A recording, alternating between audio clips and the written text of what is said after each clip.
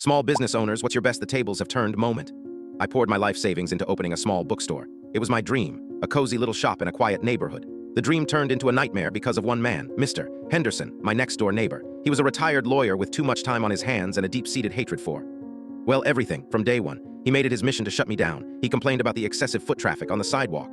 He filed a formal grievance about the distracting glare from my welcome sign.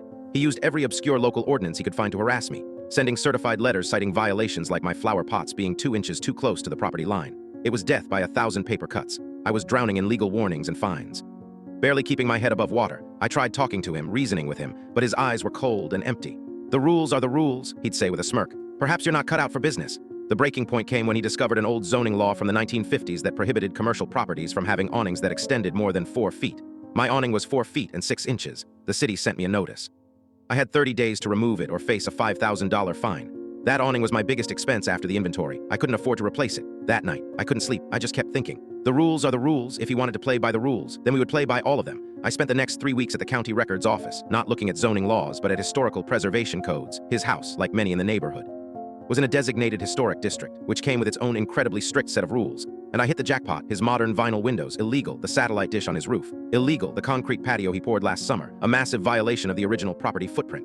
He had dozens of violations, each one carrying a fine that made my awning issue look like a parking ticket. I didn't file a complaint myself. That would be too obvious. Instead, I wrote a detailed, anonymous letter to the Historical Preservation Society, posing as a concerned tourist who was appalled by the desecration of a local landmark.